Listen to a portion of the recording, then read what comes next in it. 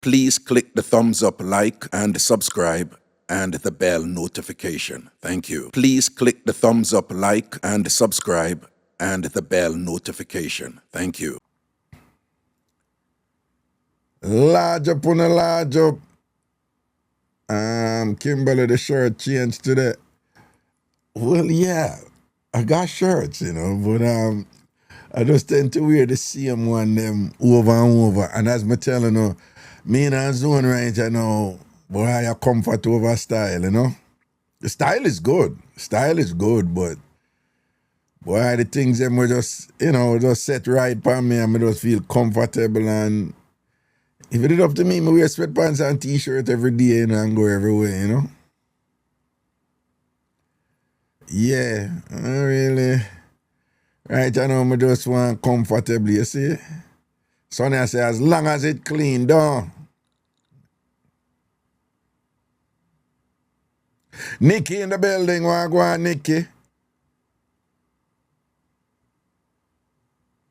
Michelle Tass. Yes, a Tass, she Tass. Well, Tass me too, Raga, yeah?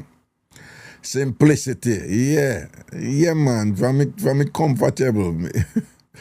I'm not telling you, say, anytime I fly right, I know them look a puffy slippers, something them me wear. Yeah. I might think that sometimes some people see me and say, Raga, what that you have on? I say, don't worry about it, I'm good. Oh. Something in my eye.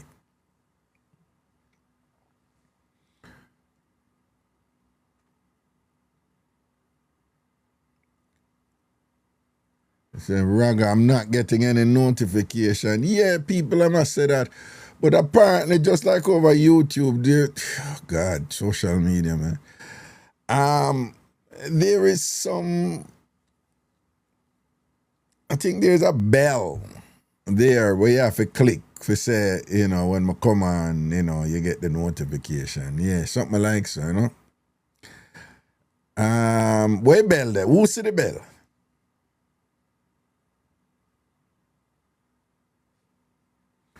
Starboy, me as well. I'ma put it to all and no notification.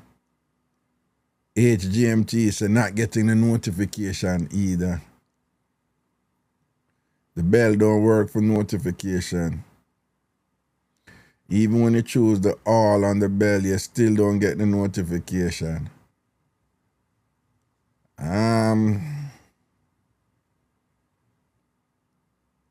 Raga, your bell is not working. None of your bells.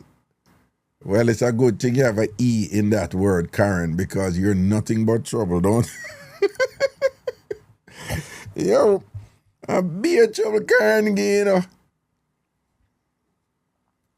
She in a black Raga, me have a time pedal, yo. Jamaican meaning, yeah, me have to pray and I watch you and I figure out when you're going, spot you out and all these things, huh? Yeah, sometimes you're watching the show and the notification flash across the screen. Boss lady, you pick up that thing, none of your bells. But now look for one, I'll be a trouble on again. Sonia, I love the black cap on you, Raga. Thank you, Sonia, darling. That's sweet of you. Yeah. Queen Nasty, I didn't get a notification. Don't worry yourself, man, but you're there. Bell no, Lano, I said bell no have no use. Well, that sound like Lana throw some word. Is either she throw a word for me with the bell, as in changing the letter E to something else, or she throw a word for a certain party. Right? And Sonia said, Raga, 2 bells now ring. Now look for you, Sonia. You ever can ring my bell? You ever ring my bell, yes, Sonia? You can ring in my bell. You can ring in my bell. My bell. Sonia can ring my bell. That me I tell you need to come ring my bell. Yeah. Yeah, Sonia, you run up your mouth, come ring my bell. What you know about my bell? Yeah. I want to knock you with my bell and crash your forehead, make you understand.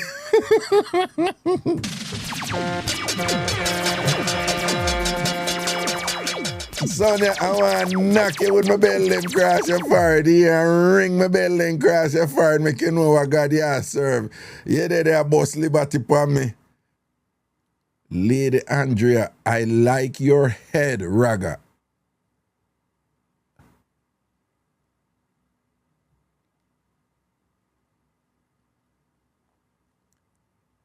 Lady Andrea.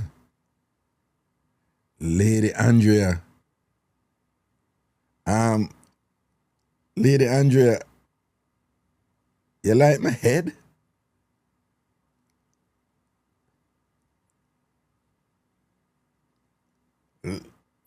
Lady Andrea, what you mean this?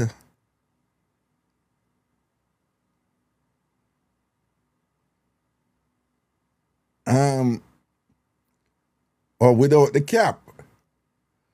Oh, well, it's right there in my profile picture. So, oh, me see what you say. Okay. Well, if you like my head, that mean you like big head. I didn't mean it that way. I'm just saying. Okay, I'm just saying my big head.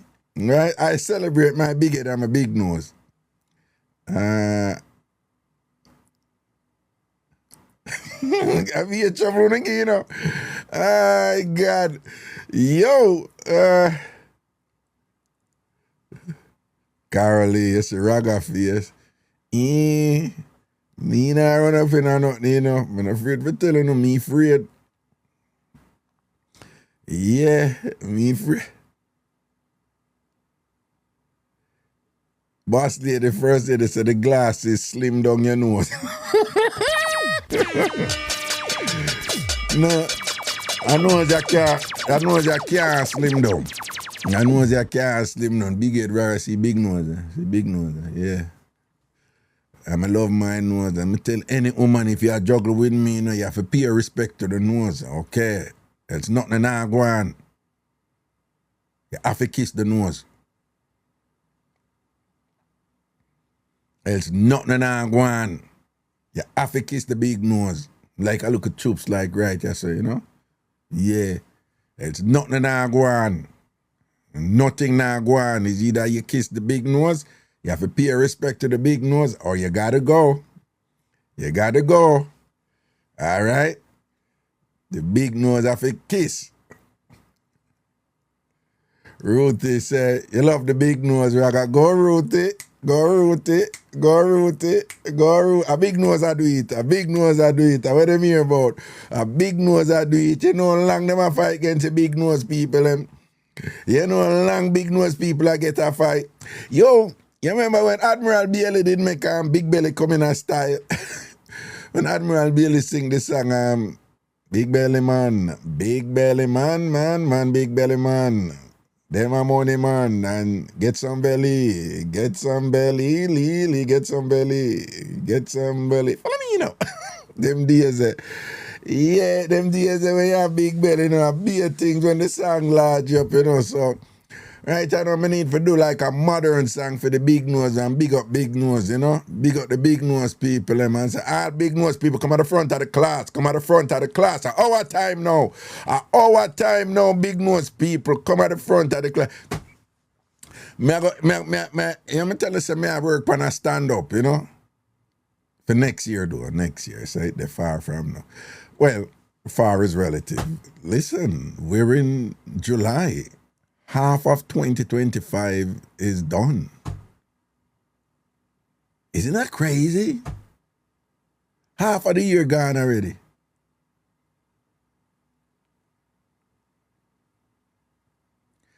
Half of the year gone already. Yeah, whatever you accomplish in the first half of the year, you know, we'd have to go. But anyway, yeah, man, that's something we can put in there, like one look nose part in a presentation, though. And make it fun, you know? Yeah, today is July 1st, and I can't turn the one song I say, time wait on no man, time wait on no man, time no wait for nobody.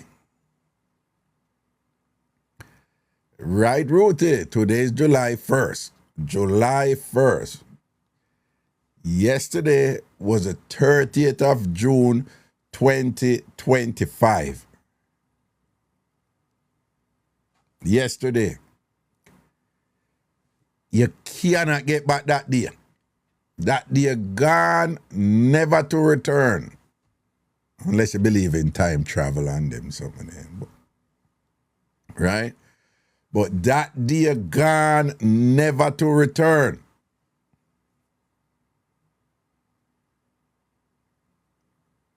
Right?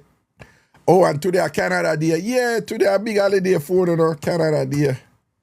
Never to return. So we have 6 more months in the year for set it right, for make sure say 2025 can be a year where you're proud. V Bright Smile. Good evening, Raga. What's good? It's all good. It's all good. It's all good, and we're thankful. Well, it's not all good, but most are good, you know. And life, you can have a little bit of wrinkles and stuff like that and whatever. Look at ups and downs and challenges and them something there, But, remember, where your water grow. Where your water grow, remember that, people. Anything you give more attention, you're going to get more of that. Let me say it again. Anything you give more attention in your life, that will multiply.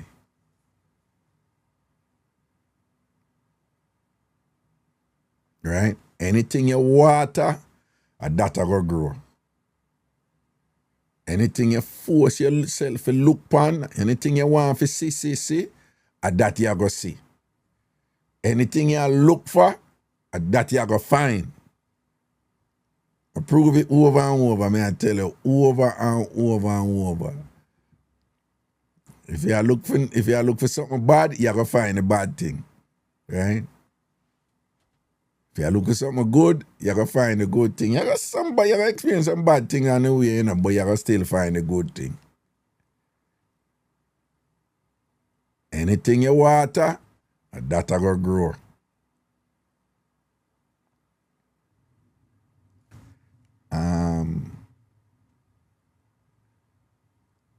Ellie, my granny used to love him back in the day.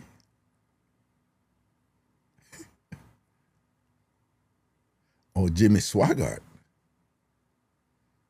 Yeah, Jimmy Swaggart. Remember when Jimmy Swaggart did come Jamaica? And big something, Well, and Jimmy Swaggart are the one who did, like him to do something and then end up about some big balling and thing and beg forgiveness and redemption. I him did do that something? Yeah, it was Jimmy Swaggart. With the prostitution. Oh, that's what it was? Right away, Del come in and Delmarine come in and say, yes, what are we you knowing, Del? You know, said not no whole show and that you come in. Yes, Jimmy did go buy the prostitute. You just jump in panda one day, Delmarine. Oh, Jimmy Swaggart drop out today? Oh, I didn't know that. I didn't know that.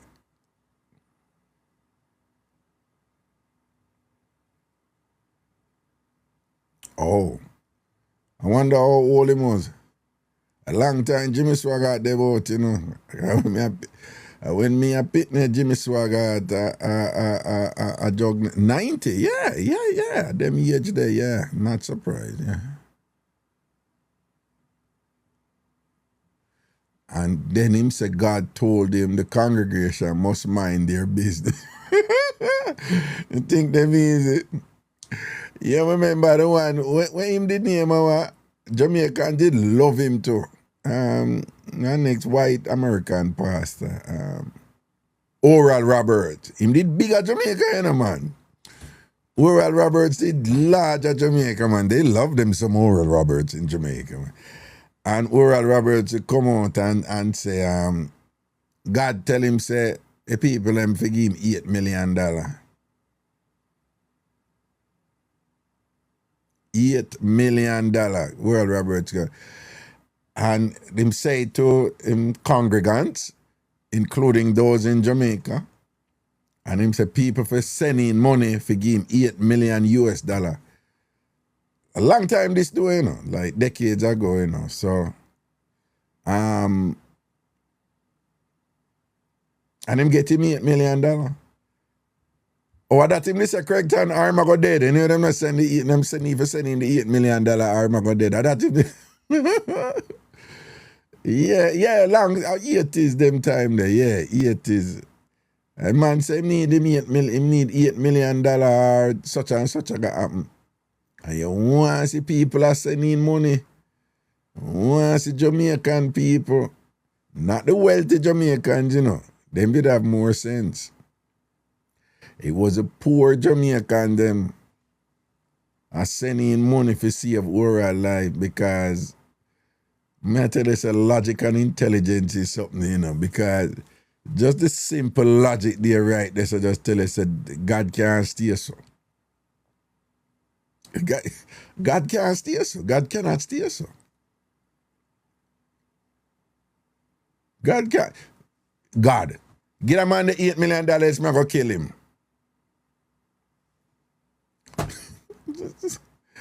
But you know, when it come out of them mouth and them say God say, and people hear say God say, and them believe say God say, them no want to go against God, though. They need that one next to. They never really that big at Jamaica. Them the big up here America now. Tammy Baker, Jim. I saw Jim and Tammy Baker. I saw them the name. Jim was it that one the name? And Tasha said she started looking for a black dress for him funeral, the nerve. Tammy Faye, but where her husband the name? Tammy Faye Baker, but her husband the name Jim Baker. Raga, you always say you're old, but old don't show up on. More old. Yeah, it was Jim Baker and Tammy Faye Baker, yeah. But them never so popular in Jamaica. Them never so popular in Jamaica. Oral Robert is popular in Jamaica, and Jimmy Swaggart is popular in Jamaica. Yeah. And in them days, you know, when the white preacher them come down to Jamaica, you know, a celebrity, something, you know, big. When the white foreign preacher them come to Jamaica them days, Creflo Dollar. Listen, now for on to beat this Joel Osteen. And some, yeah, there's some credible criticisms of him. But just for him sermon them alone, me like listening. Right? But again, the whole thing with Hurricane Harvey and the people and whatever. But that's the people have problem because them find out say him wearing like him did buy like some $4,000 or $5,000 shoes, something like so. And then I say somebody in a church and not much people need. So I actually don't have a problem with that. You know, I not watch nobody money. I not watching money and things like that. And I not watch where more wear. The justification for it is in this thing about the prosperity gospel. And, you know, these are the ministers who say, no, God provide wealth, and there's nothing wrong for you to enjoy wealth when God provided.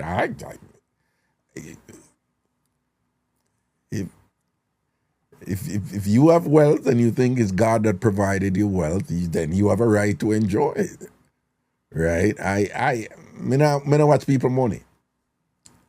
I don't watch people money and have problem with people and their money and things. And I might think that. So Joel Osteen, sometime in talk, may like listen to him because he's a reasoner, a thinker. Yes, he put things in what the Bible say and thing. I remember the Bible is a book that is interpreted by preachers, right? Interpreted. So once you're interpreting something, there is a degree of subjectivity as opposed to objectivity. Now, objectivity is like balance, analysis, free from your personal opinions, which would be subjective.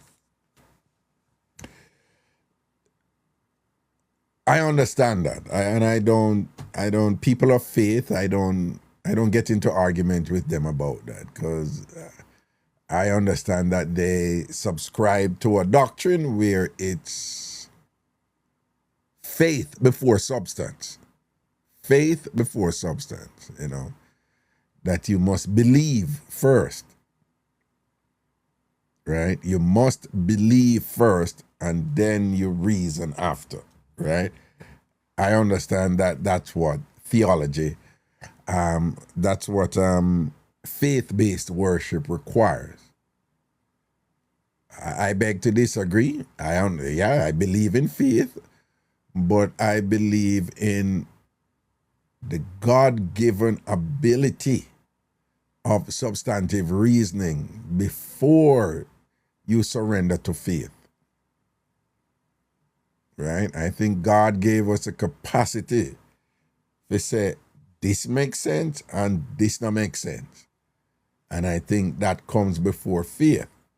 Because when you have that capacity to say, this makes sense and this not make sense, you're more careful who you're married. As opposed to the church, I say, you must get married because you don't have sex already, or you must get married because you don't live together and whatever, because faith requires that.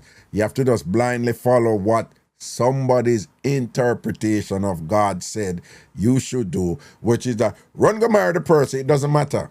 Because when you're done the so and so already, so that is faith leading before reasoning, right? Now, me understand that from people of faith, so I don't challenge. I don't argue, when them when them tell me something or whatever, whatever, you know what I'm saying?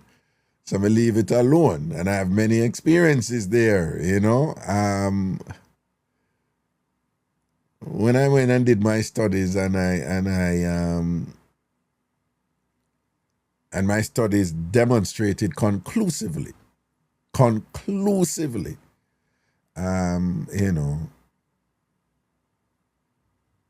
that God and Jesus can't look like the man where we grew up with, I see. He can't look that way there at all.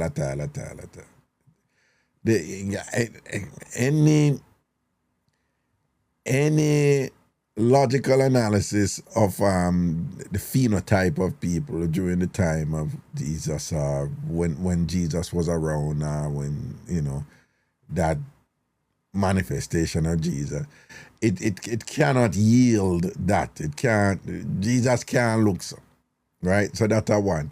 And then on top of that, now, me go further learn why them say Jesus look that way there.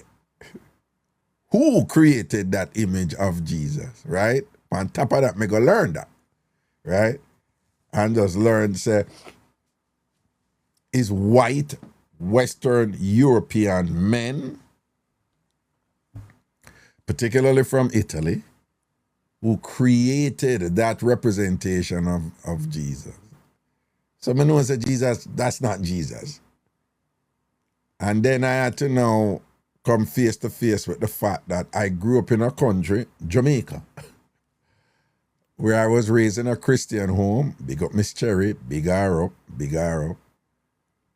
And when I grew up, you did always have the Ray and Nephew calendar with the sexy woman them. That could never come in our house. Never, Miss Cherry, now make that come in our house. Not that the calendar not come in our house. Man, all slackness, that Jamaican word, that all slackness and all them things and whatever. Them calendar not come in our house. But you know which calendar is a must? My mother would walk every corner of Jamaica to make sure she find that calendar. The one with Jesus. With that brother there with the long hair and the straight nose and the thin lips, and by their standards, very good looking. Very good looking. Again, by European standards, the picture where them show is like a hot boy picture. No disrespect, man. But by them standards, Jesus is like, by white standards, he's a good looking man. He was one of them soap opera rock star looking type of thing. And again, that's not a coincidence. If they're going to create Jesus, why they're going to give Jesus a big nose and thing or whatever, Jesus is going to be hot, So that is the image I grew up with of God. And even though it was Jesus, they said the Son of Man, which is a gendered phrase that I always think about of what's the impact it has on women. Jesus, the Son of Man, but the Son of Man is the Son of God, right? As you know. And then now the justification there is a theology that was also taught to us that I grew up with in the churches that I went in about the Holy Trinity. The Father, the Son, and the Holy Ghost.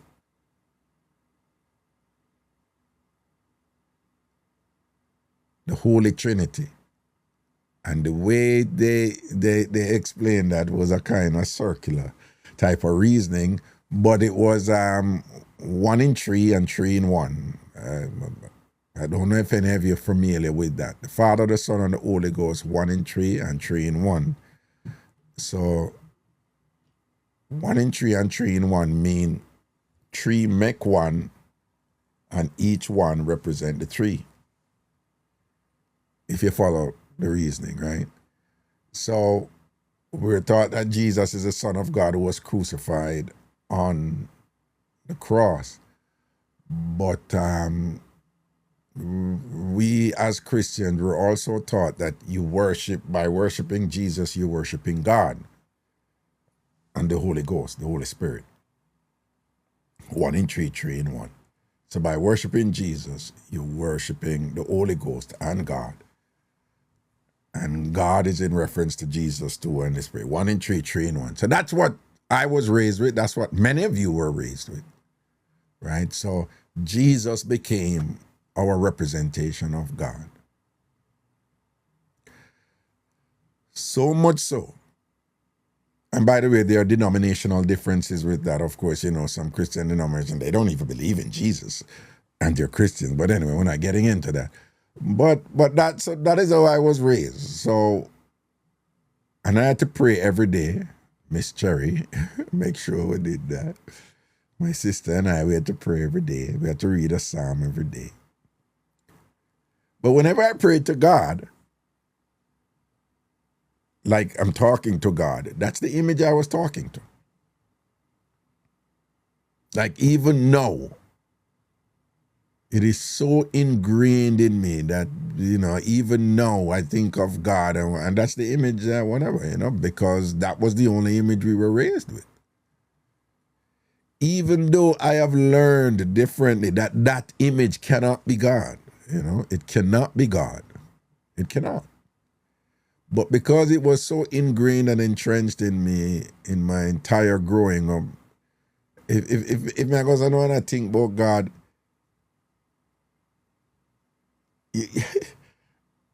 I used to get frustrated with it, Yeah, man, it used to drive. I was like, I need to get this out of my head that image is God because it is not.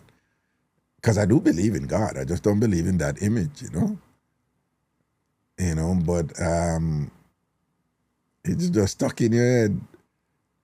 And it was then that in my personal introspection, I reach a point where I'm like, wow, you can never unexperience an experience. No human being. That is that thing. Let me come up with a rule, with one of the things that when we realize in life. No human being can unexperience an experience.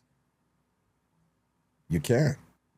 You can manage it differently. You can see it differently. You can learn an alternative. You can do, but you cannot You can't erase the experience.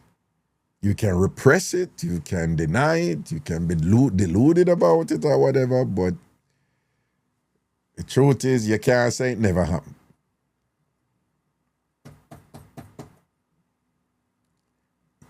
Yeah, they did a number on us with that white guy, that white thing and whatever.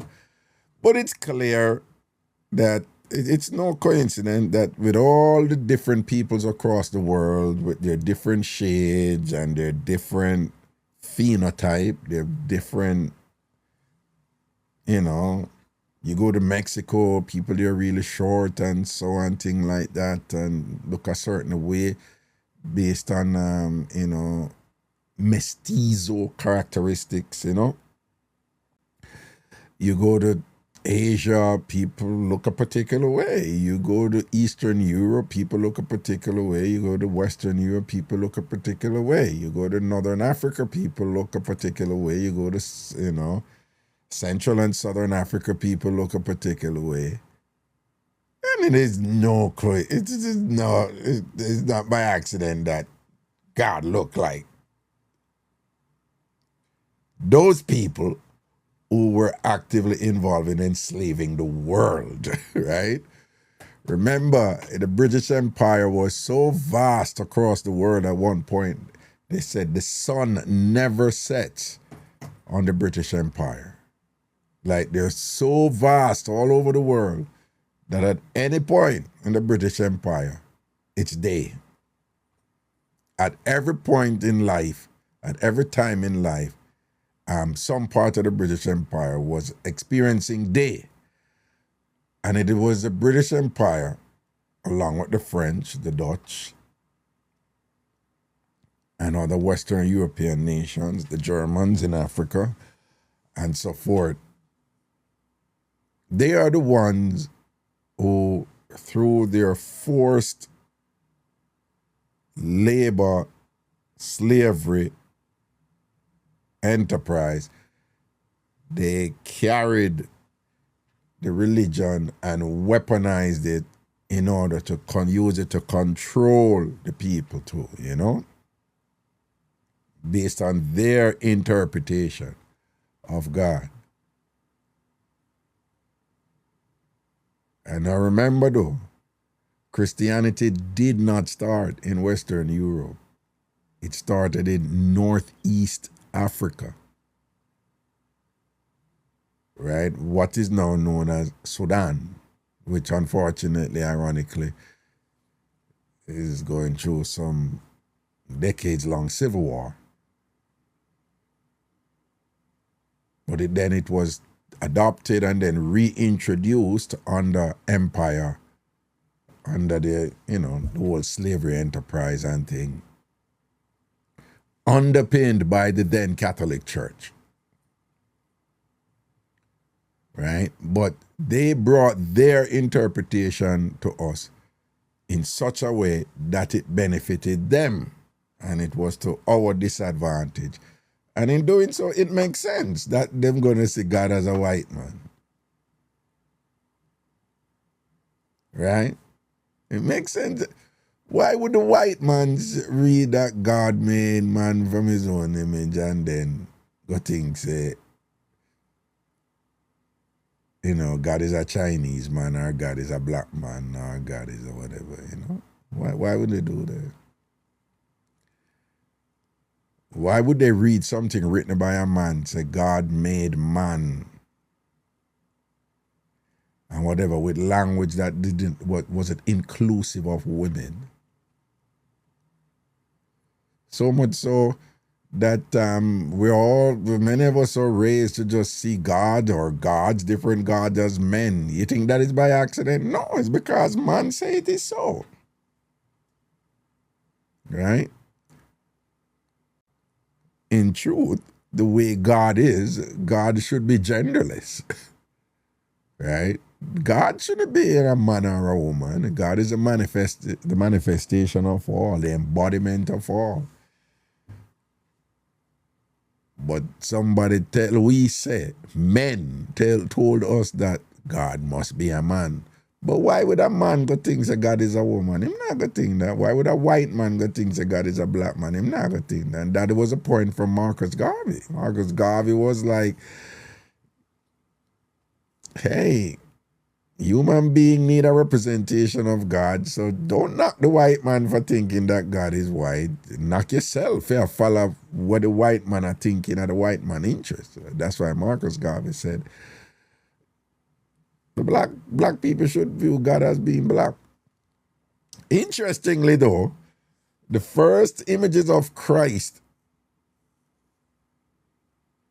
with that same Jesus thing that were black. The very first images of what you now know as that Jesus picture, they were black. And whoever credit who bust it out and think, why may I tell you the world is a strange place? None other than Vladimir Putin release it and say, no, there they are. The oldest representations of God, of Christ, of what we know as Jesus Christ, is not that white guy. They were black.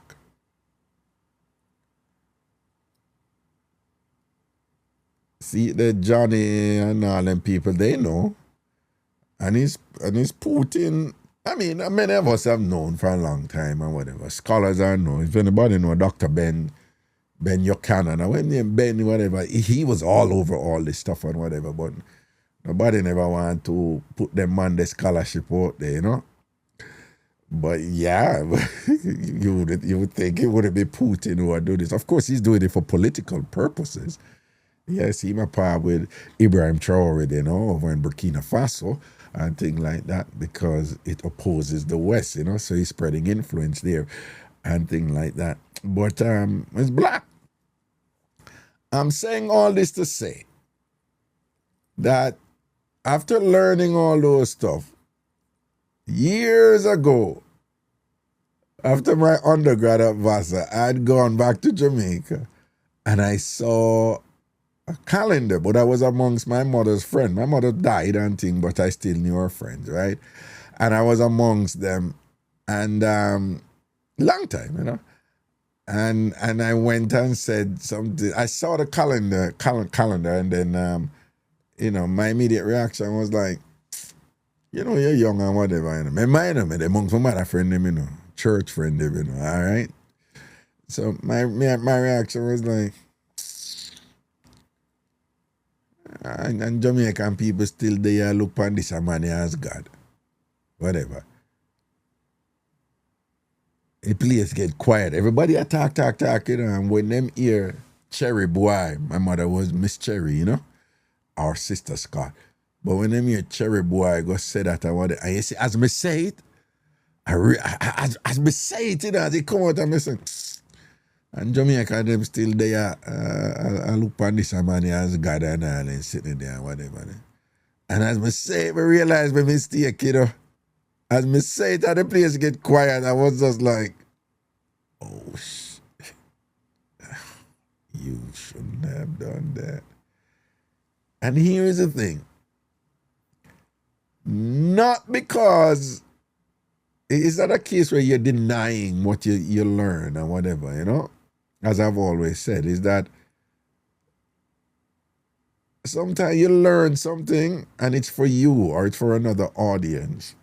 And there's another time you learn something and you have to just humble yourself and keep that in based on the setting that you're in. So all these women knowing at that time, in them 50s, them 60s, and them 70s, and they grew up and them raised me and them, you know,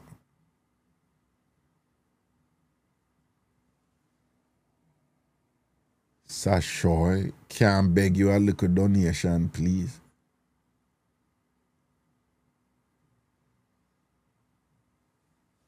Anyway, so what I'm saying is at that point, it wasn't about me, teach them. It wasn't about that. It wasn't about, but you get the knowledge and thing, pass it on to them. No. It wasn't about that. It wasn't about that at that moment. Sasha, we don't, no disrespect to you. I'm sure you're going about your thing, but that is not what we do over here, and I don't want to open that door. In the past, I've opened door like that, and it just went downhill. Okay, so we don't do those things publicly. You make a private contact, but you don't come in the chat and you don't just come in the chat and say, I'm suffering, I need money. I don't do it. I don't, no disrespect to you, okay? Right? Nobody knows you, nobody knows who you are or anything like that. So please don't do that in my chat. I know it sounds harsh, but I know why I'm doing it, okay? All right? I know why I'm doing it. I don't open that door. You contact privately, and if somebody can, they can. If they can't, they can't, But you just come in the chat. I'm suffering from cancer. I want money, I'm seeking help. And Sasha, I guarantee you there's a lot of people over here who are suffering from a whole bunch of stuff. Okay? There's a lot of people over here with monumental problems. Don't say I wasn't being harsh. Okay, fine. You're just making it known. There's a lot of people over here with all kinds of problems, and they're not doing that, and they need prayers too, and they need support too, and they would welcome it and thing, but they come here for a particular atmosphere, and it is my job to maintain that, right? Okay. Yeah, so when I said that and thing and everybody went silent, all my mother's friends, church sisters, and then people that grew up me, because them always say, they call me Sister Scott handbag, right? Me just kind of drop back and me just say, be quiet and just take what is going to come now, all right? And them come over and them take time come over to me and them I say, son, you go university and I make a university, make you forget where you come from. We grow you up in God. You were raised in the church. We grew it. And then start, and you see when the first one come upon me and think, I knew what was going, And then the next one come and whatever, I think, the next one come and the next one come and then the praying start. And me just humble myself and take my prayer. Oh, good half hour prayer for save him. God, and what him just say? He boy go like he boy can turn him back on God and all him something. And no. When I make that happen to Cherry boy, save him. And them give me a piece of prayer there, say, man, turn up a prayer upon me, and boy just humble himself. It wasn't about your arrogance or what you learn at school and whatever. You just knew that you were in two different worldviews. One you were raised in, and you had the good fortunes and the blessings to have broadened your knowledge about certain topics. They did not have that opportunity, and like people say, you must pass on knowledge, but it wasn't the appropriate place to do so. It wasn't the appropriate place to do so there, and I understood that it wasn't about you a show off or a show where you learn or whatever. It was just respecting the traditions and the mores, M-O-R-E apostrophe E, mores, customs that you were raised with, and to understand that you went into another space, you acquired certain knowledge and things that you benefited from and that you own and now is a part of you, and in particular settings it would be, pertinent even to disseminate that information. But in this instance, in that instance, it wasn't the time and place to do so. Because there was no way, there was just no way, my mother's friends would have been able to even grasp that type of what would have been for them like this radical foreign scholarship, you know, just like they would have been like, what the hell are you talking about? You know, just their thing is just like God and that Jesus on that calendar was the center of their everything. They had the calendars, and they had what we in Jamaica call figurine. They had this Jesus figurine, and all of them had that iconic Last Supper, you know, picture of Jesus and the 12 disciples, the Last Supper. And why? I tell them days, you know, you hardly go in a Christian woman, you know, see that, you know. Yo, man, we are talking about people who a Bible have to open up in your house. Like, you know, a Bible have to constantly open up in your house. When we leave the house and our country, a Bible have to open and put in the middle of the bed. Who know about that something there? Yeah. That's how me grew up. And that thing that me grew up with, right? You know, go on trip without your prayer first. You know, you rent one new room, you have to bless the room first. You have to bless the room first, because, you know, when certain bad things start happening, you did bless the room. You never bless the room. No wonder so much crosses the pan and thing. I could go call Brother Albert and thing and Sister Mushet and thing, and then come over and bless the room and thing. I can't believe say you're moving that place and not bless the room.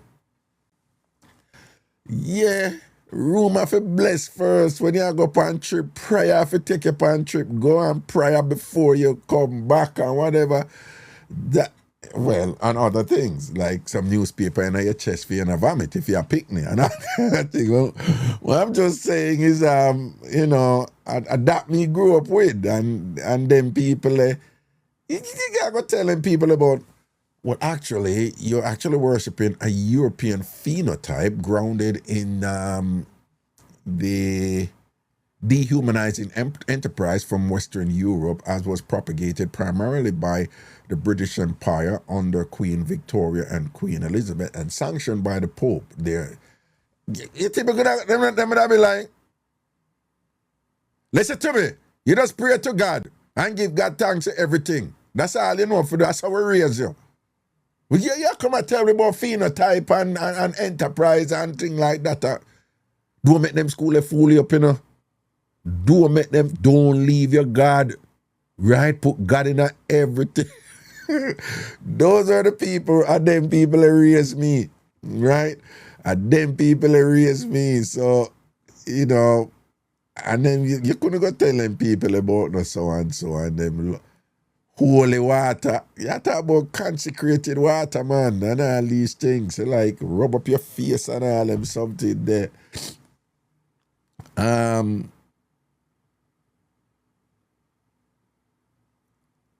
A bunch of rituals too, you know. You know, some people just never understand some of them things there, but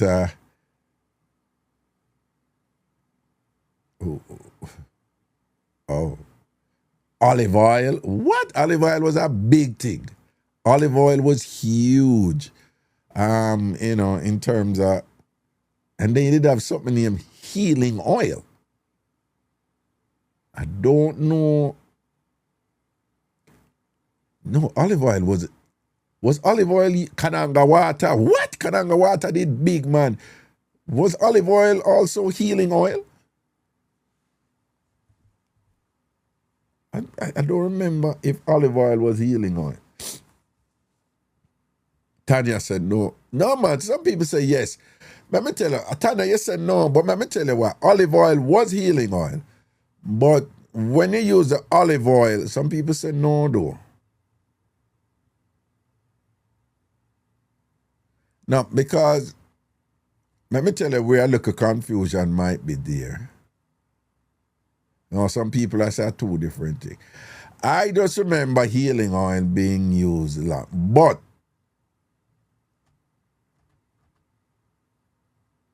there were times when olive oil, you know, was ritualized, you prayed over it and thing and bless it and thing and whatever. and consecrated, and then after that it became healing oil. But I don't know if some people are say healing oil is different. They use olive oil to heal in church. Oh, well, some people say healing oil was different, but Maca say yes and thing or whatever. Again, let me just explain that. I do, because unfortunately, my mother, couldn't, she did go through a whole heap of things, so she ended up leaving me at different places, And at this one time, she left me in a church. It was called Mount Hopewell Church of Christ of the Redeemer in Jerusalem. See, in Jerusalem where Biggie come from then. And I think it was on Davidson Avenue, but the back of the church was on the boulevard.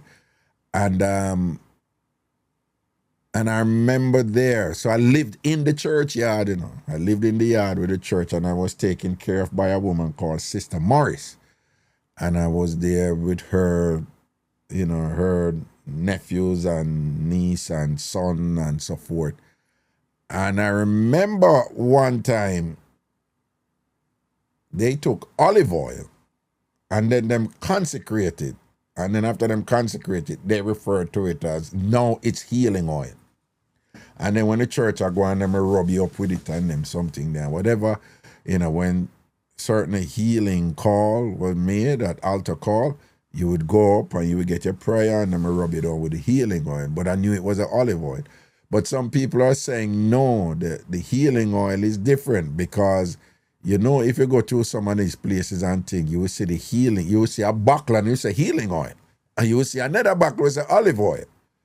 So, there are, if you go March's drugstore or you go certain places in Jamaica, even consecrated oil was, labeled differently. So I don't know. No, it's consecrated olive oil, but not healing olive oil, but not healing oil. Okay. I don't know. I just know you had olive oil, which was used a lot, and you had healing oil, which was used a lot. And you have something in consecrated oil also. And you had consecrated water, right?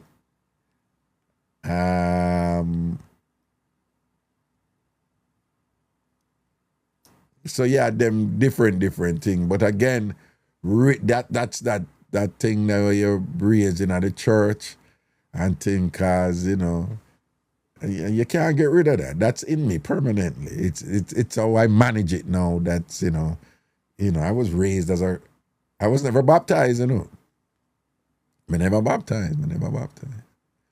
But I was raised in full Christianity, And that is just a permanent part of me, So all the knowledge that I acquire after, it's all relative. It's all relative, So it's in addition to, right? And I understand how a lot of that was used. I understand how it was used in my country throughout history to hold us down. I understand how it was used to liberate us, with different interpretations, right? Remember, Paul Bogle was a gospel minister who said, no, the way they are interpreting the scripture is wrong, right?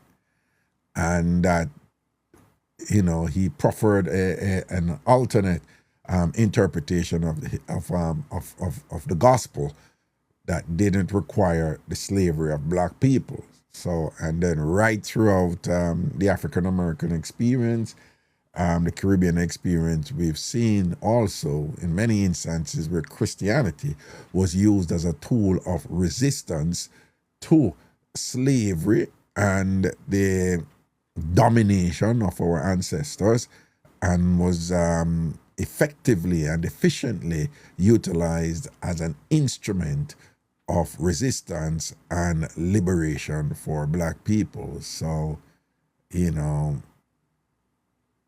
can't just beat up Christianity and say it has all been bad.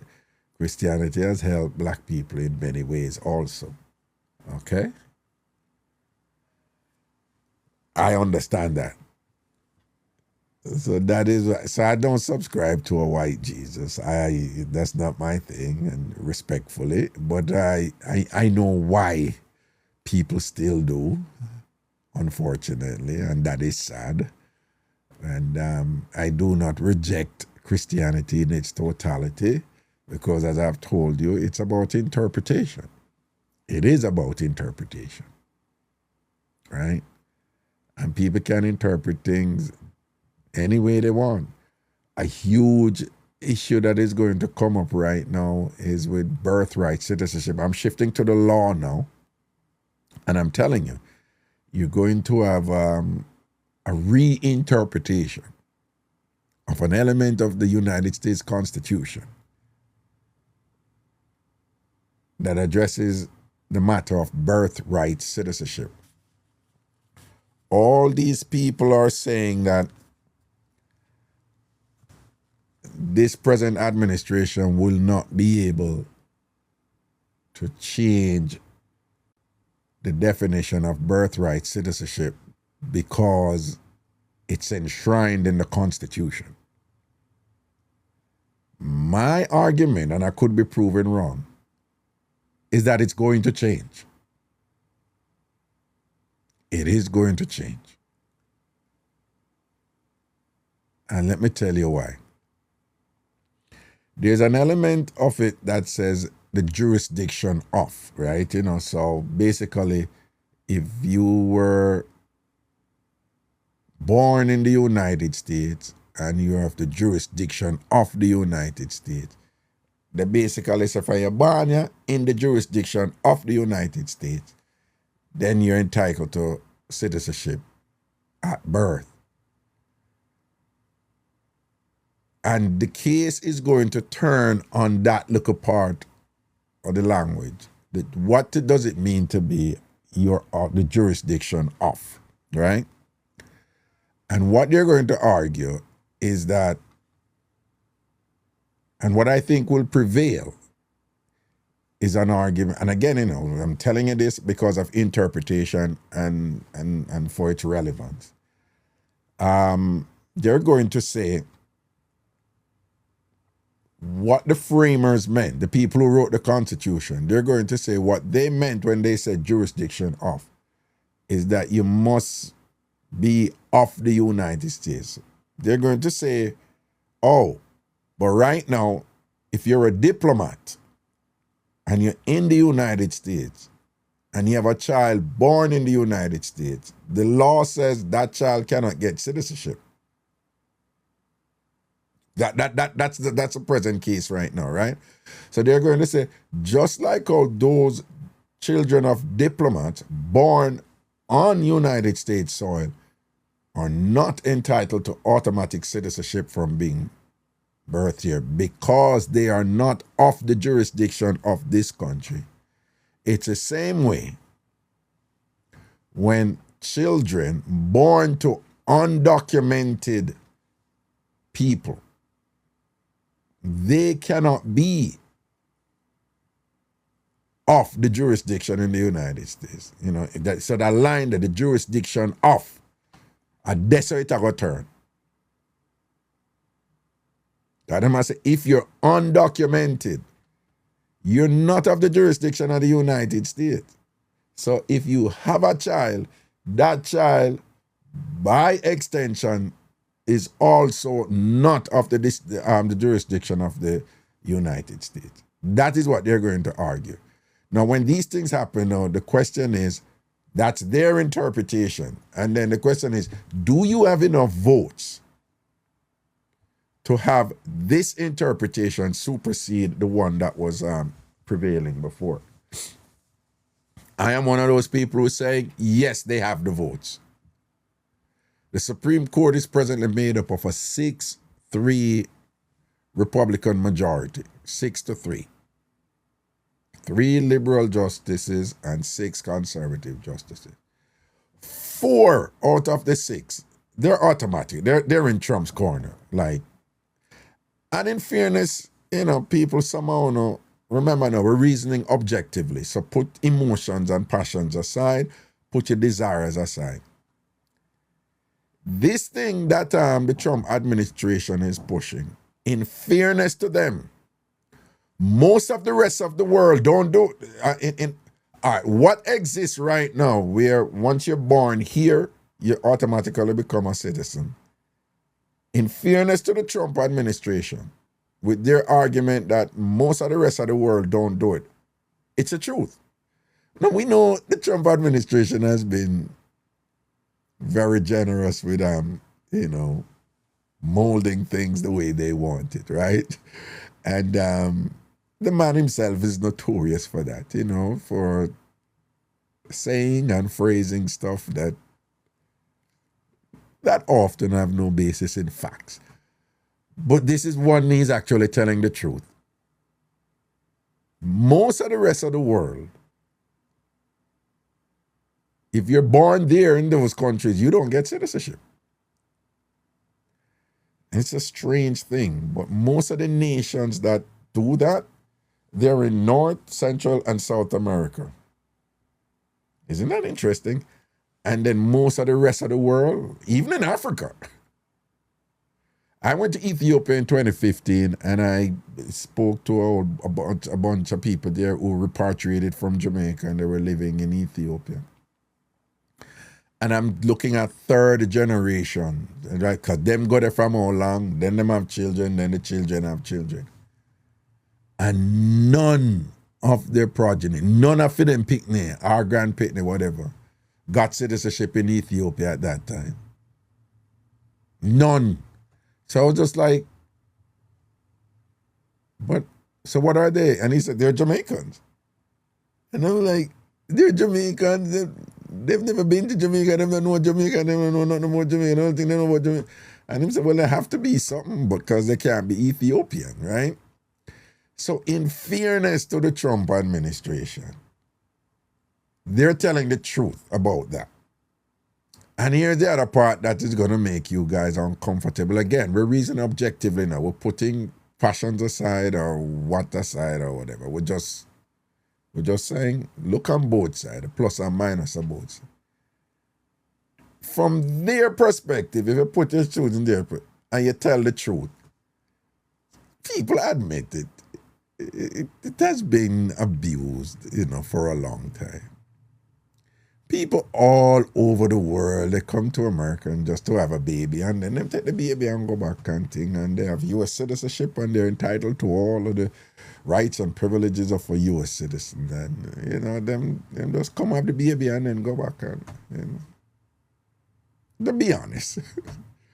Right? I can tell you as a Jamaican, when I grew up, you hear that all the time, and come up and them have the baby and them get U.S. citizenship and them extract all the benefits of U.S. citizenship and things like that. And so it's true, Do I want, no, but I'm saying I'm just being fair. It's true. It happens. And it's been happening, and it's been abused. Now, people have all kinds of justification. Some people say, listen, this country was built on the backs of my ancestors, and da-da-da-da. Fine, whatever, explanation you want to justify. But I'm just saying, has the United States been a target of, what do you call it?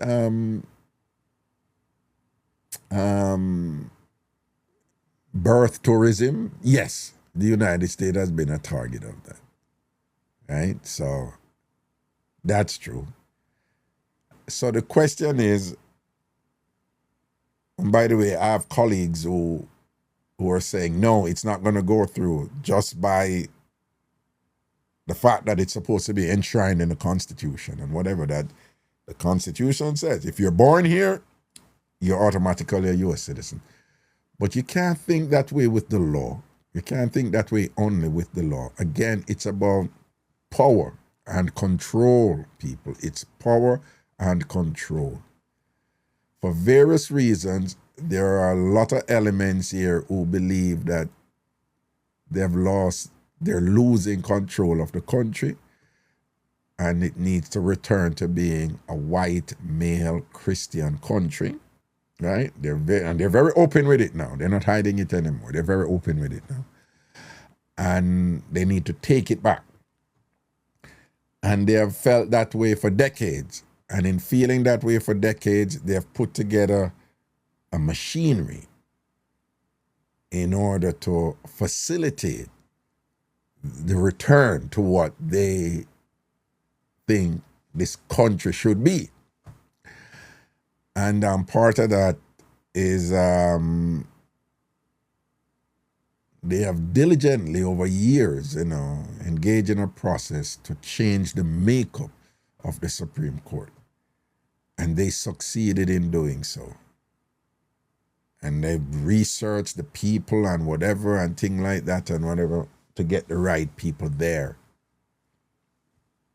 And now they have a 6-3 majority.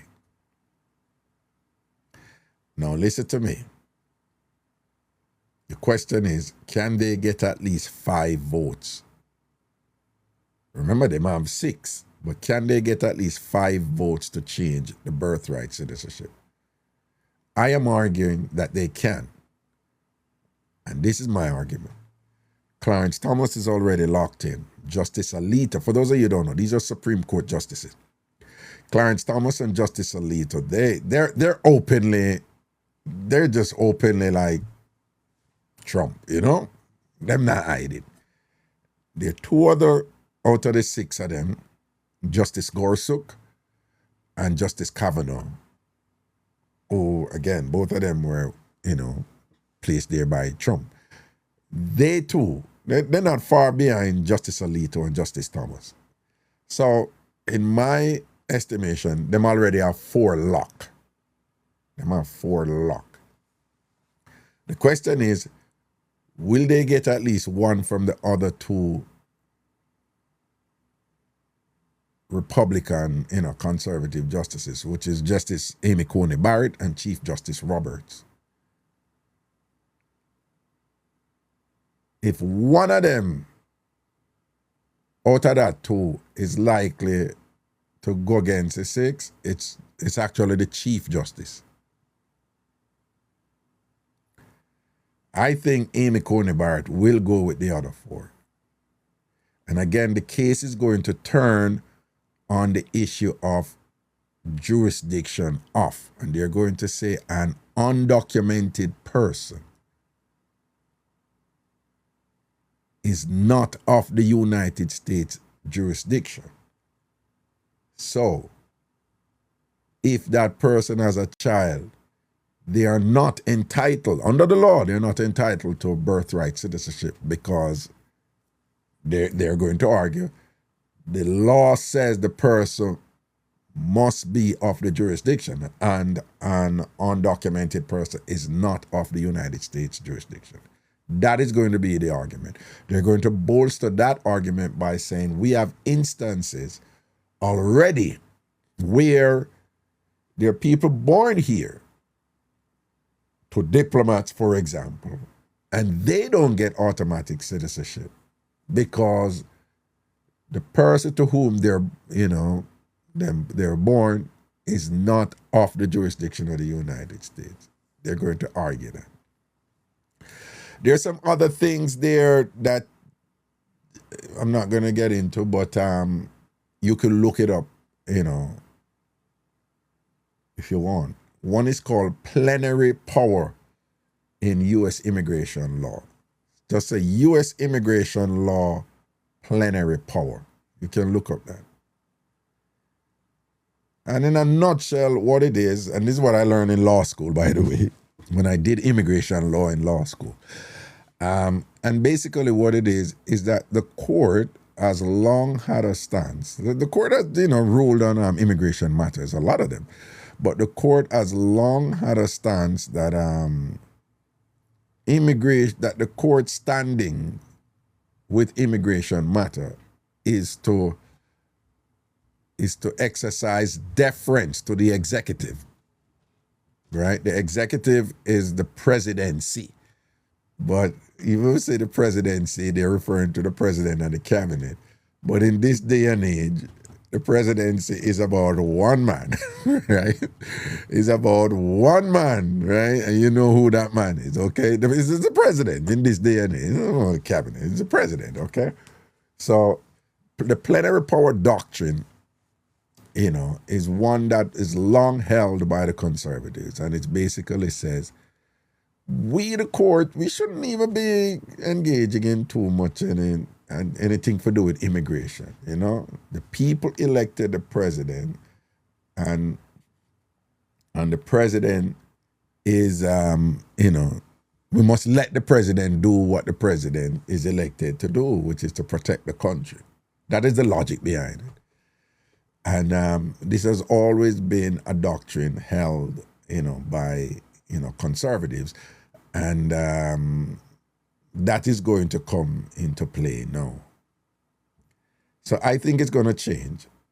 And again, right now, it's about undocumented people. Right now. That's what it is right now. But one of the things so what they're saying is, for a child born in the United States to benefit from birthright citizenship, immediate citizenship, they must be born to either a permanent resident or a citizen. That at least one of the parent must be a permanent resident or a U.S. citizen. Under that umbrella,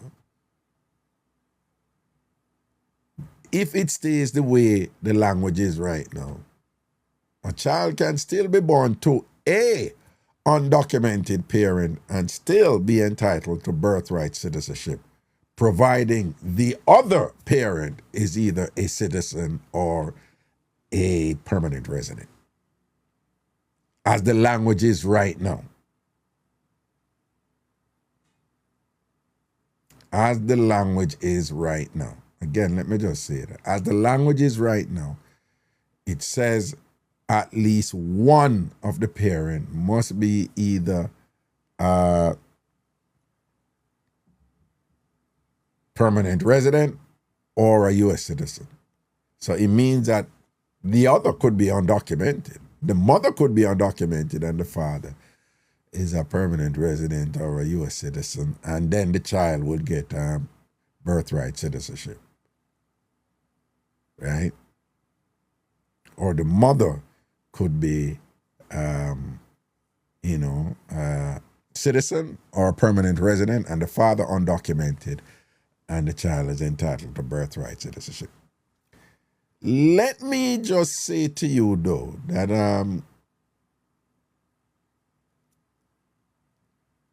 and I go in settings very careful because, and this is tied into what I'm about to share, and this is very, very important. I want you all to listen.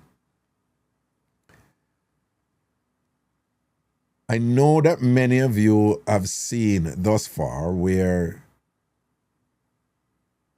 a lot of Fafo, F-A-F-O,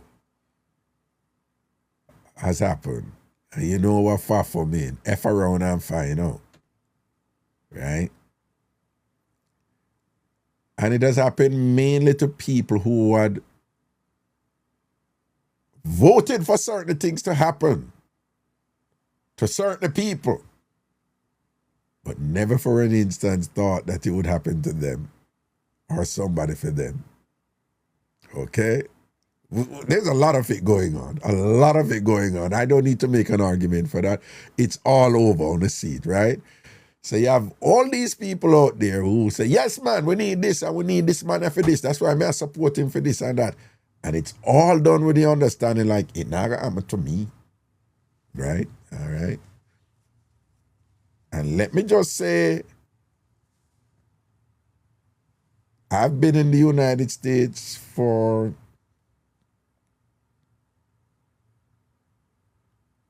I think I'm approaching 4 decades of being in the United States. Yeah?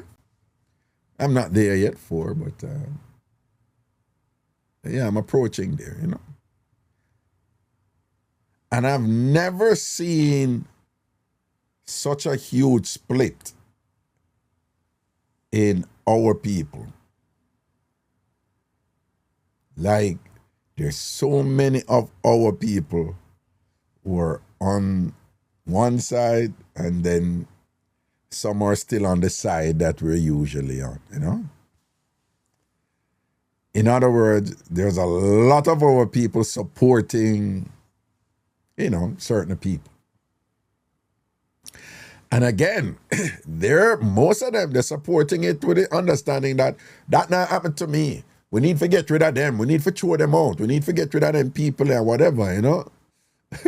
Yes, man. And every Jamaican for there, some of them Jamaican they need to go back, man. Me support the man for throw back some of the Jamaican, throw back some of the Trinidad, man, throw back some of them Bayesian people. Enough for there. And me say, me drop back and, you know, me watch and thing and whatever. And again, them not say it explicitly, you know. But when they're saying that to say, that for happen to them people, implicit in what they're advocating is that it would never happen to me. There's no basis for it to happen to me. That is what they're saying.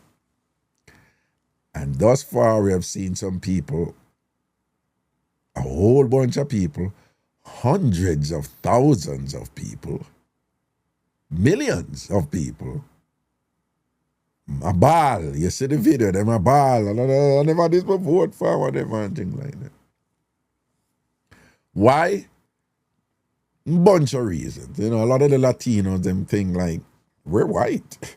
You know, the man I defend white people and we're white and thing. And it's like, he doesn't see you as being white. And, you know, so them get knocked this off. A lot of them get knocked this off. But you have a lot of other people who, through no fault of theirs, they don't understand history. They weren't taught that. And also, they're not reasoning about what is the end game here. So they're looking at things in the moment because there's language and rhetoric that has guided them to, you know, to say, we're getting rid of the criminal. It's just a criminal, then we're going to get rid of it. That's a criminal. And they focus on that. Man, say just a criminal them who never come in the right way, and me come in the right way, so them for going away. So people think that's where certain people are, and that's where they will remain. But they're not understanding the bigger picture here. Because the bigger picture here, grounded in a thing called Project 2025, is that we're losing the country. We've been losing the country according to them, and we need to get rid of all of such people. Most people are not understanding that. Most people are also not understanding how things get done. That what you do is you sell the thing in a particular way where it's digestible, where it is more likely to be accepted. And you sell it that way there. And then once it is bought that way, then you chip away further, you chip away. So it's an incremental advancement to a particular end game. Most people are not understanding that. So they're looking at certain things in their immediacy, in their singularity, and not know that there's a larger objective here, which interestingly, a lot of the people, they've been saying it. It's not even somewhere you have to work out and match out. They've been saying it. Like what they want, you know, what they want, or they want the thing for change and thing. They've been saying it. And their failure to understand that ultimate goal, I fear, will result in more Fafo. And let me give you an example. When the whole thing got on with El Salvador and this whole thing about, you know, deporting people to a third country, just random third country and thing. At that time, Mr. Man say, yeah, And we need to send out some homegrown people too. We need to deport some homegrown people too. And what you have to understand, the way they do things, when they're gonna get some of them, they drop these little morsels out there. It's all strategic, and it stirs a little debate and thing. But what it is that it allows you to get used to something that by the time you do it, it doesn't seem like this weird. What's this volcanic change you're coming with? By the time you reach there, it's not a volcanic change. It's not a big change because it's already in your mind. You're already being conditioned to it.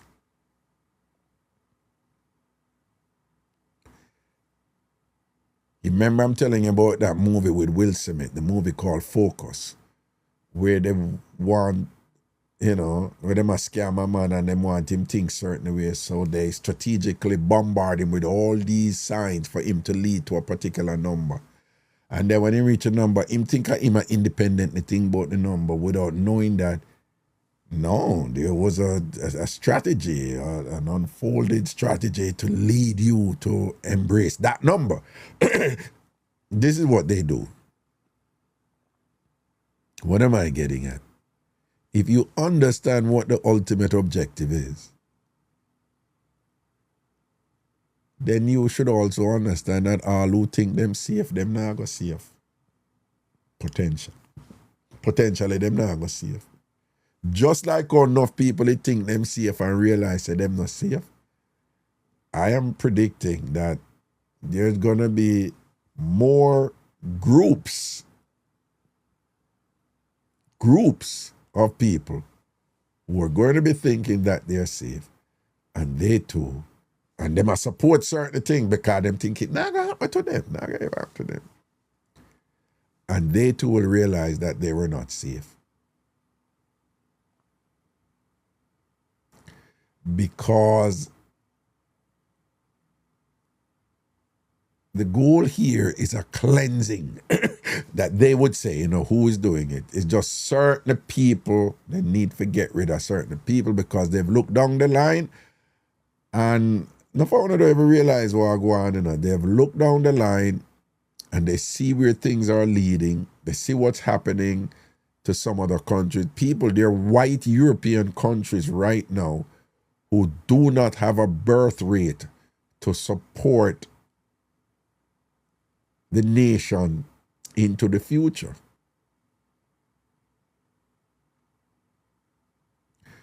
South Korea, one of the most advanced Asian countries, they were having that problem too. Italy is at once cursing about all these people coming into their country, and at the same time, they're bawling that not enough white babies are being born to support the economy in the future.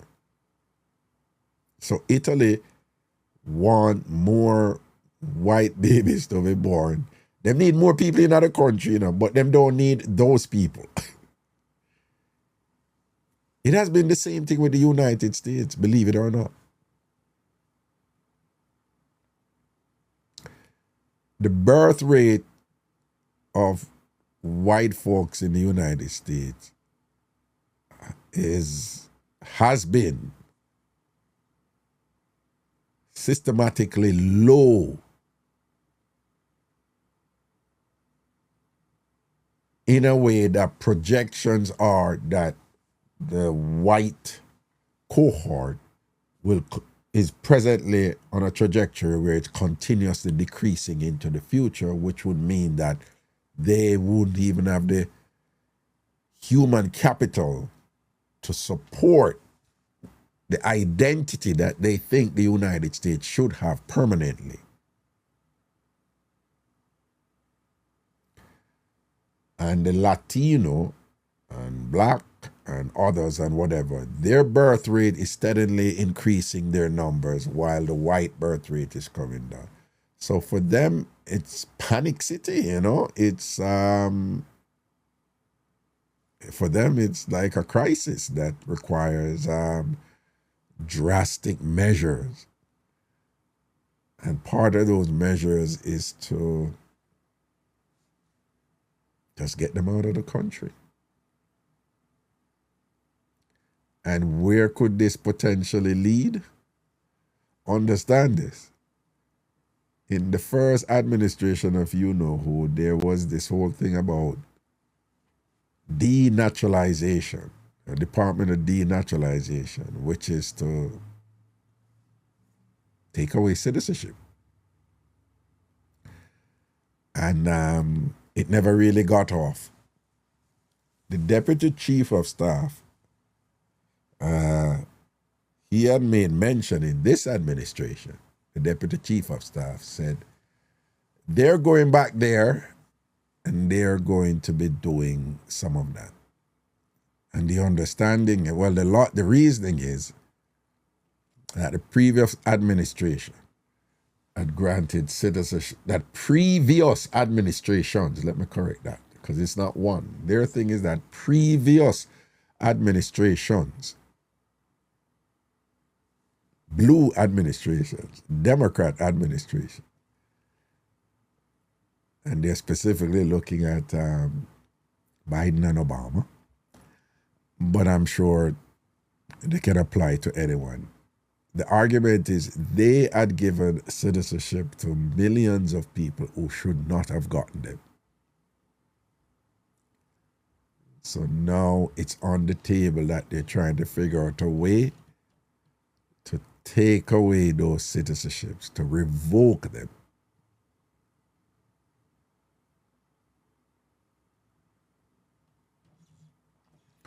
Whenever they come up with these things, it's usually done through executive action. When it, according to the Constitution, it really should be done through Congress in terms of laws. And the way the United States work is whenever the executive action is out there, that is something from the president, and the president said, this is what I want. The way the three branches of government thing work, you could go to a circuit court, a federal court in any state, and say, listen, the president said this thing and whatever, this and that, and I want, what he's doing is unconstitutional. It's illegal.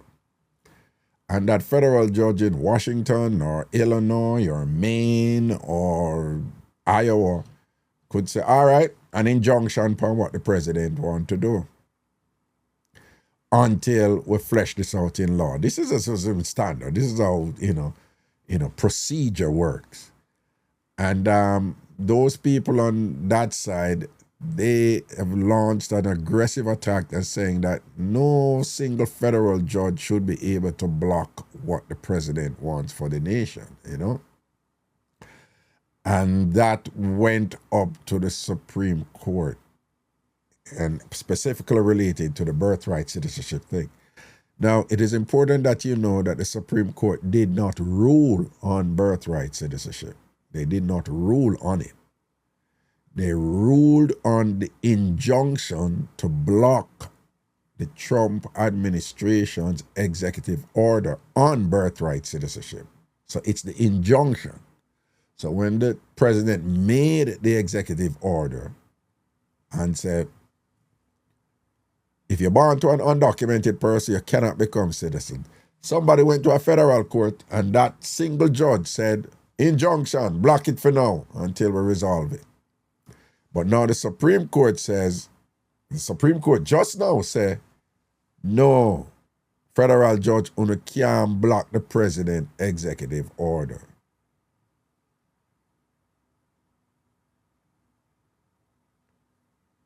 What that means, and them say, and the only way, a judge can do it is if it's a class action lawsuit, which it have to involve, a whole bunch of people and thing. And even then, there's no guarantee. But I must say, it's only that the judge can block, a class action lawsuit. And that's another complicated area in civil procedure that I'm not going to bore you with here, even though I pride myself on being able to explain complicated things in ways that are easily accessible. But it puts a situation now where if you're not named in the class action lawsuit, for example, right, then you're not entitled to any protection that a circuit court can give you, a federal judge can give you. So you have to be named in it. And most people in them situation, and they're not going to get named in a class action lawsuit, you know. Most of them are in hiding anyway, you know. So that's not going to happen. So basically what I'm saying is that in some ways, you know, the court has telegraphed to the administration, go ahead and do what you want to do with this thing here. Here's my argument. The question is it going to stop just at the whole birthright citizenship issue? Potentially no, because the climate right now is that, again, there are certain people who are here who should not be here. There are certain people, there are millions of people who are here who should not be here. And what I'm saying, it has gone over into including citizens.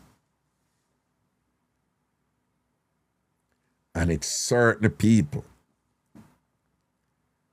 And those certain people, they are, according to them, disturbingly increasing in numbers to the point where they are changing the identity of the country, so much so that, according to them, they are losing the country and they need to fight back and take back their country. So for them, it's an existential issue of colossal proportions. Existential. Exist. What exists? Who exists? Who will continue to exist? Who will continue to exist in power? Who will continue to exist in control? Who is being rendered to the periphery that you're no longer in control? What should we return to? That is what they're saying. And they're basically saying that this issue is so serious and so monumental and so huge that drastic measures must now be taken to return this country to what they would say is the defined, you know, God-given identity that the United States of America had before and should return to. And if you understand it in that context, then you won't be distracted by that look at something else, that look at something else, that look at something else, that look at something else. You'll then be able to tie them all together and to see what's the common narrative here that is stitching everything together and towards what end. What is the end game here? And once you understand that, you know it's a matter of time then. If, say, we move to this group, it's now time to move to that group, and it's now time to move to the other group. Let me what is the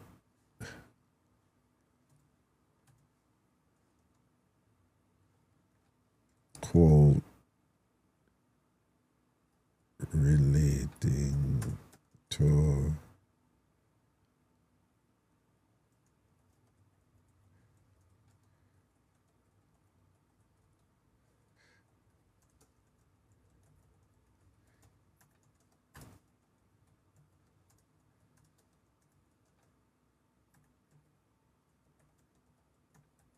let's see if I can find this.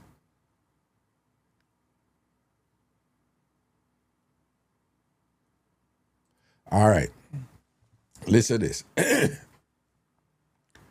During the time of the Nazis, there was a pastor. His name is Martin Niemoller. I don't know if I'm pronouncing that right. He was a prominent Lutheran pastor in Germany who was initially a Nazi sympathizer, but later became a vocal critic and was imprisoned in concentration camps. This is a famous quote. Listen to this. First, they came for the socialists, and I did not speak out because I was not a socialist. Then they came for the trade unionists, And I did not speak out because I was not a trade unionist. Then they came for the Jews, and I did not speak out because I was not a Jew.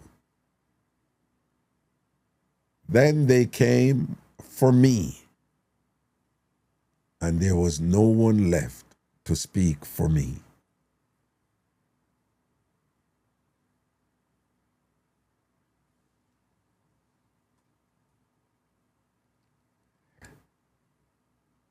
So, again, remember, Fafo, remember, he was a Nazi sympathizer. So he was supporting what I'm doing, because he must say, no, man, the man need to do what I do. Echoes. Want to hear anybody talk so now? The man need to do what I do and get rid of them people there. Right? Them people there. Chew them out, yes? And again, the assumption is, no group where they would have come from. And I'm just saying humbly that I see a lot of people doing that. We have seen a lot of people do it already, and we laugh off of them, the Latino, them who think them white, who think them this and that and whatever, right? Hundreds of thousands, millions of them get thrown back and go back down, right? Because them support such and such and such. And I notice enough of our local people, them and thing and whatever. Yeah, just sit down and I drop back and I pray and I say, some of them just think say, they are untouchable right through. All of this amidst a rhetoric that I don't even have to convince anybody about it or whatever, because it's just so open there. If you're paying attention, you will see it. That is basically saying, nah, only certain people for run this, yeah, so, and only certain people for there, so the numbers are increased too much, and we need to get rid of one and fling them out of this.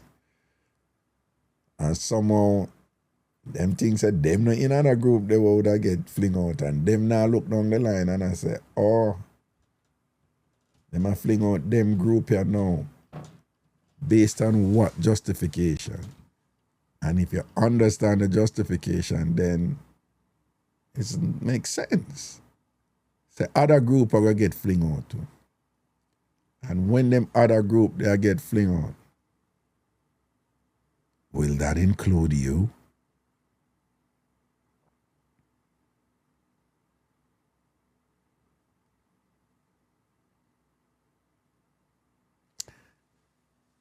And a lot of people not understanding it. So again, Pastor Martin, you look it up, Pastor Martin Niemoller, Niemoller.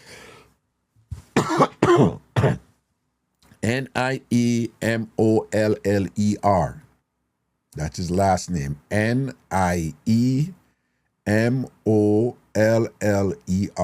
Pastor Martin Niemoller. You can look up the quote, just a famous quote from Pastor Martin Niemoller, a prominent Lutheran pastor in Germany who was initially a Nazi sympathizer.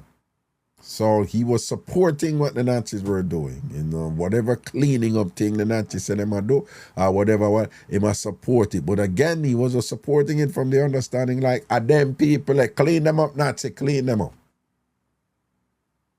And this is what he said. First, they came for the socialists, and I did not speak out because I was not a socialist. Then they came for the trade unionists, and I did not speak out because I was not a trade unionist. Then they came for the Jews, and I did not speak out because I was not a Jew. Then they came for me, and there was no one left to speak for me.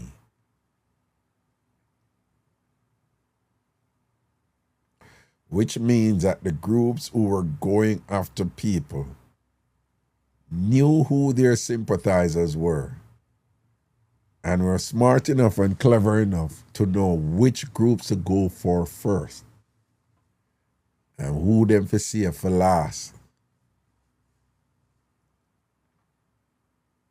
Because they knew when them go for the socialists them first, everybody are going to support that because the people don't like a socialist. And then when they go for the trade unionists them after, yeah man, they don't know. Then go for the Jews them after, yeah man. They don't. And then we go for them, right? I'm just saying, carefully saying,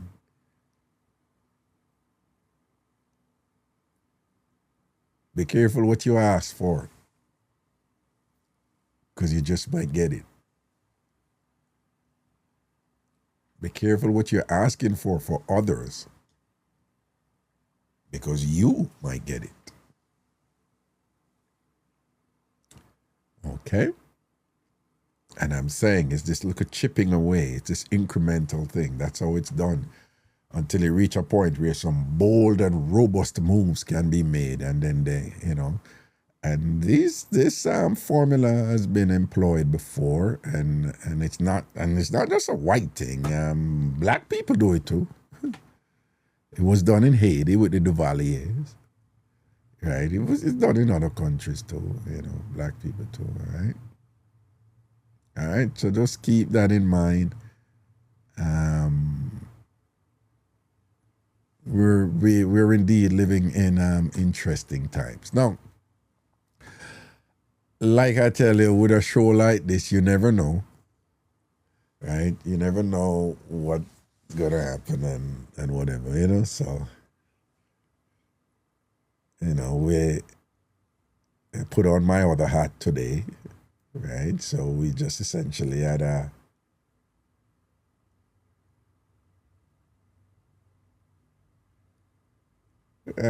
there's all kind of rumors abound out there and things like that. So we had an interest.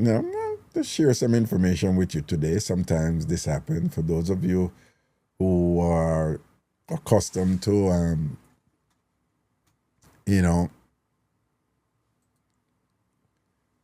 my shows, this is nothing unusual for me to do this.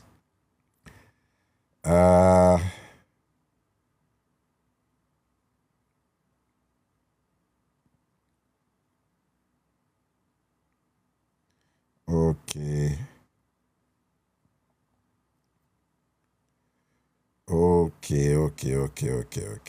Somebody just sending me something here. Yeah. Anyway, just some food for thought there and some things for you guys to think about, okay? As best you can, all right? That is that. We're going to open. Oh my God. What happened here? Okay.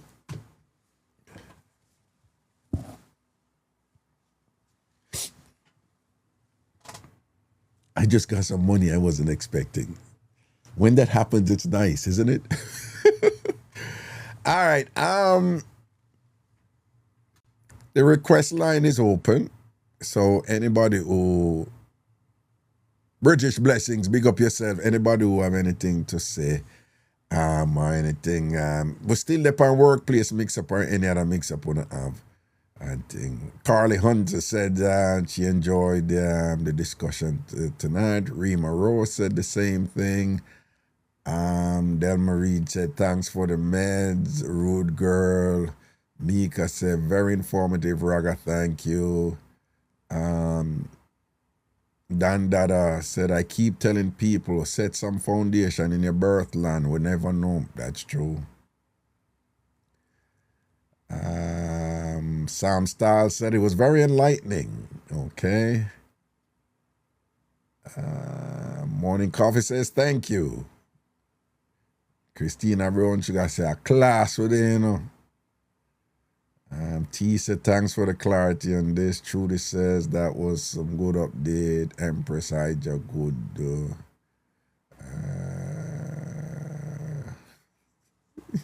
It's always nice to get money. Money is good, eh? All right. for those of you know, I'm doing thing. I don't force things and thing, you know. So just in general, even in life, you know, I don't force things. So, oh wait, what's this? Okay. So I'm gonna open up the request now and see if there's anybody who have anything to share. Carly says, I like how you break it down for some of us to understand it better. And I like doing that. And I give thanks. Me have a look, you know, me have a look plus, you know, that's so, you know. When I'm teaching, my students always tell me that, you know, like, why, sir, one thing I appreciate with you, you know if you explain the thing for me, I understand it. Because I hear this all a while, and I first me I hear it, but when me hear you explain it, I understand it better now, you know. So I give thanks to that, you know.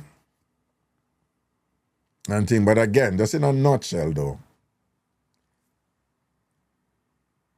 understand an issue in its singularity by itself, but after you understand it by itself, always pay attention to what ways it might connect to other things happening. Is there a common narrative tying them all together? And then when you do, always say, okay, say this is happening. Assume that they'll be successful here. If they're successful here, what could be their next step? This is where you're supposed to think. So don't just say, okay, this thing could happen here. Well, that has nothing to do with me. Say, this thing could happen here to these people, but is it possible that it could happen to me? Am I in a group where I could be the next? And what would be the logic and justification to come after my group? Oh, this is happening to this group, and they say this about this group, but they just said this about this group to sell it effectively in order to do so with this group. But the larger issue here is such and such. So if the larger issue is such and such, which explains why they went after that group, then based on the same larger issue, they may come after my group too. They could come after my group too, okay? I would suggest you think about things that way. And let me just be blunt. It would entail you not being selfish. It would entail you not feeling somehow your privilege amongst, you know, above others. It's going to entail you to push yourself to say, me not like that group there, you know, but based on how them people view things, they could be seeing that group and me in my group as the same set of people. That is a little challenging for some people. Because once them not like that group there, their thinking don't extend to say, well, me and them in I see them both based on how them people are reason. That is a hurdle a lot of people can. When I was in Florida, it's like Jamaicans, them don't like the Haitians, them down there. I'm just being honest. Jamaicans don't like the Haitians in Florida. And then they end up saying things where it's the same thing where people other group say about Jamaicans. And I'm like, don't you know what you say about the Haitian, them are the same thing people say about we? No, after me not stay, I say, well, that's what the Haitian them are going to say. Them are going to say them not stay, so, but you still see them that way they do. So when you say you not stay, so whatever, trying to say other people still see you the way them want to see you here. All right? So me noticed that when I used to live in Florida and thing and whatever, you go to different places and, you know, it's the same thing, you know. You know, people are limiting, you know, their thinking, you know, in certain ways. Okay, all I want to know follow me right. All I want to know watch right now. If you're not follow me yet, follow me now, please. Okay? If you're not follow me yet, follow me now, please. All right? If you're not following me yet, follow me now, okay? So, you know, spontaneously took the opportunity to share all, you know, that information with you, and it is for you to interpret it as best you, in the best way possible, and to see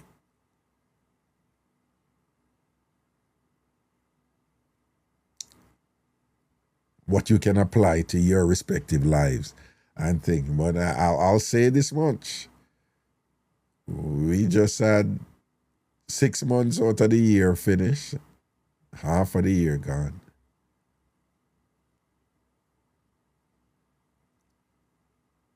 For the next several years, they're going to be very interesting. They're going to be very, very interesting.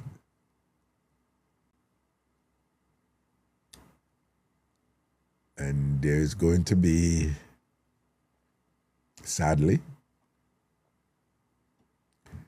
there's going to be a lot of pain. Yeah. There's going to be a lot of pain.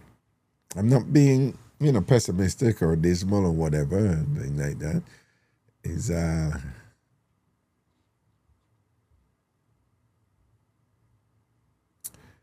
There were some initiatives attempted, and what was stymieing those initiatives was the courts. The checks and balances inherent in the United States system of governance was working. But we're now seeing where the courts are being neutralized, so basically if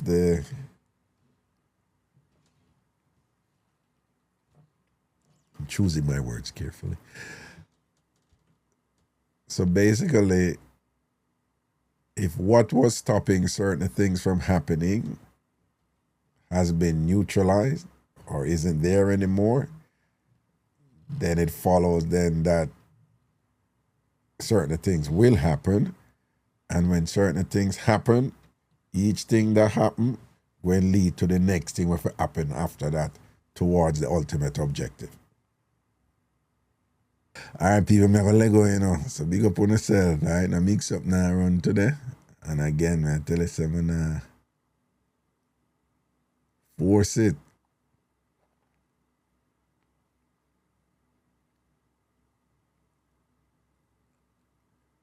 All right.